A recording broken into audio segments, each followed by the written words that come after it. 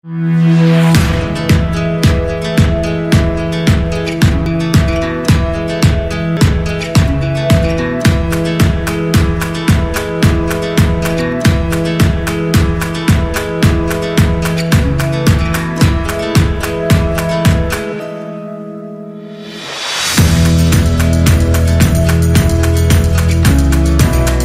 learners, in this video we will see the application of Posner's theory in the field of contract law and criminal law. Then we will move on to discuss the criticisms that are levelled against economic analysis of law. The Posner believes that the basic tenets of contract law is based on economic efficiency, and he cites the example of consideration. Of course, consideration promotes the need for economic exchange. And he also says that there are two stages of contract making. One, the executor stage, that is when the parties come to an agreement, and then the executed stage where the parties actually enforce the agreement. So, between these two stages, one party is always at the mercy of the other party. So, the contract law protects the party who is at the mercy of other party. If we take the example of a lost cat, when there is an offer for the person who finds the lost cat, a reward of ₹100, then there is a legally enforceable claim on the part of the person who finds a cat, even though there is no negotiation with the potential finders or there is no explicit acceptance of the offer. Now, this promotes wealth maximization in the sense because the cat might be of very worthy to the owner, right? Probably if we assume it in monetary terms, a cat might even worth ₹15,000 to the owner. But for the person who actually found the cat, it might the value of that cat might be less than ₹100, which is the reward money. Right. So, in that case, what happens is, if it was not a legally enforceable claim, then the wealth maximization transaction would have never happened. This we could see it from a real life example, real life case of Carlyle versus Carbolic Smoke Ball Company, which we all have read in contracts law. Moving on to the field of criminal law. Before I move on to the field of criminal law, there is one criticism that is levelled against the application of Posner's theory in the field of contract law, that the economic analysts, although have reformulated the contracts law, but their assumption or their conception of contract law is too general and sweeping. Now, let us move on to the field of criminal law. Again, in the field of criminal law, which is actually it is beyond our understanding that someone could apply the concept of economic efficiency in areas like criminal law. We can understand it with regard to areas like torts law, contract law, property law, which basically conform to the capitalistic ideas. But Richard Posner has tried to apply his theory even in the field of criminal law. So, when a person behaves like a criminal or acts like a criminal, he thinks of in the sense of rational maximization of welfare, right? But he thinks by pursuing an unlawful activity, he sees that there is rational maximization of utility compared to pursuing a lawful activities. This is where the state plays a role. So, it is now the duty on the state to prevent him from pursuing the rational maximization of welfare by pursuing an unlawful activity. That is, the state has to play a role in allowing the citizens to pursue rational maximization of their satisfaction only within the framework of the paternalistic attitude of the state, only for lawful activities. Now, if we apply this theory, Posner's theory, in the field of criminal law, we might, there are genuine questions that can be asked. For example, when there is a criminal offence that has taken place and this person who is actually the victim, why would the victim be happy when he or she is not getting the compensation, but rather the offender is jailed, which is actually maintained by the taxpayers' money. So, there is this question, how is it economically efficient? Now, if we look at the concept of economic efficiency in criminal laws, if we allow them to pay fine or penalties, that might again be little troublesome. Let me illustrate this point with an example. For example, if someone steals good value and then when he or she is caught, then they have to return the stolen good and then pay some penalty, right? Well, let us assume now the value of the good is ₹100, and then the person returns the good which is worth 100 rupees plus pays a penalty, maybe 200 rupees. So now he pays the 200 rupees. So the person who lost the good got 100 rupees and then 200 rupees. Now look at it from the perspective of the offender. What if the offender is wealthy enough that he could easily afford the 200 rupees? Would it actually act as a deterrent for this person to not indulge himself in an offence in the future? This is very unlikely, because the offender would risk the chance of still stealing, and what if he is not caught? Then it's good for him. Even if he is caught, it's easy for him to pay the penalty. So this might act as a deterrent only on the person who is not able to afford the penalty. So this argument of application of this theory in criminal law is little not convincing.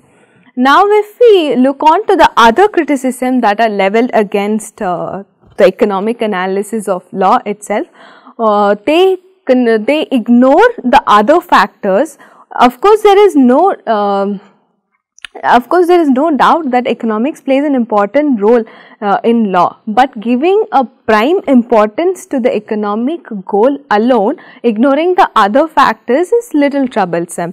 And also looking at the context of wealth maximization, there is one difficulty with that concept also. So if we pursue wealth maximization strictly, what happens is, if we imagine a society where the wealth is concentrated at the hands of few people who buy BMW or Audi, then if we have to pursue an economic activity which is consistent with the poor people of that society, then we will have to channelize the economic activity into the production or manufacturing of those luxurious goods, right?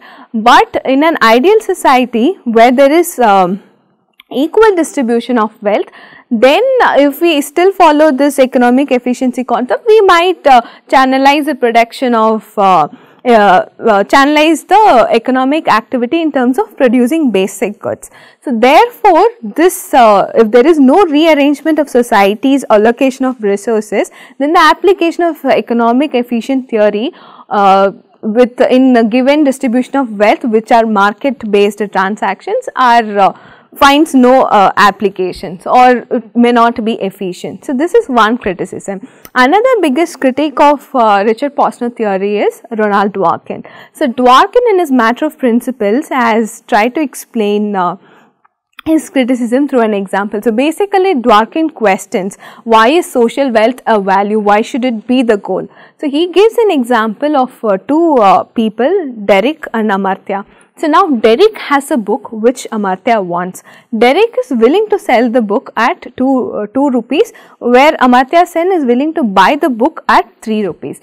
Now what Derek does is, if there is in a forced transaction, in order to maximize wealth, if there is a tyrant who comes and enforces this transaction, so what they do is they take the book from Derek and give it to Amartya at 2 rupees. Now there is maximization of wealth or social wealth, right? So now what happens is, this Dworkin questions, how is it fair, how does it meet the ends of justice when you enforce such a transaction, why is even social wealth a value? So this Posner defends his theory by giving another example. What if Amartya wants a book at the cost of ₹3,000, which Derek is willing to sell at 2 rupees? Then in that case there is utility also, because Amartya got the book which he wanted, and there is maximization of wealth. So this actually is sort of shows against Posner, in the sense that Posner developed this theory as a criticism to utilitarianism, where he doesn't believe in utility, but now he is trying to combine the wealth maximization in the context of utility. These two things go together. But Posner has given a realistic example of what Dworkin had discussed. That is, Posner says, if Derrick owns a house near an airport where Amartya owns an airline, the noise from this airline has reduced the property value of Derrick's home. And now if we spend rupees 3,000 and change some things in the airline, the noise reduction will be there, then the property value of Derrick again will regain. So this is the example which Posner shows, which is actually a modification of Dworkin's example, but in a more realistic sense, where there is optimal social maximization of social wealth, right? But there is another place how Dworkin criticizes Posner is that unless the maximization of wealth goes along with utility, it is of no value. This Dworkin gives an example to illustrate this point. For example, if Derrick has a book which he reads very often, where he gains knowledge from, but he is ready to sell the book for 2 rupees because he is poor and he is sick and he needs money to buy medicine. Whereas Amartya has the wealth to buy the book. He is wealthy enough to spend rupees 3 to buy the book for an off chance that he might read it someday. So in such cases, when there is no utility but there is again a maximization of wealth, then the entire transaction again is useless. So Dworkin has criticized Posner, saying if Posner distinguishes his theory from the concept of utility, then it might be useless. So with these criticisms against economic analysis of law, we can safely conclude that we cannot purely look at law in terms of free market and economic considerations. With this, we end our discussion on economic analysis of law. In this video, we have discussed how Richard Posner finds the basic tenets of contract law to be in consonance with economic efficiency. And that may be true because contract law again conformed to the idea of capitalism. And we also discussed the application of Posner's theory in case of criminal law, but there we found a problem that it is not actually the penalty that might act as a deterrent for the criminals to commit offences, but it is actually the stigma that is associated with the punishment that prevents them from committing the crime. And we discussed other criticisms that are levelled against the economic analysis of law. We discussed the criticism with regard to the concept of wealth maximization, and we also discussed Ronald Dworkin and Richard Posner's debate with regard to the application of utility and economic efficiency. Thank you.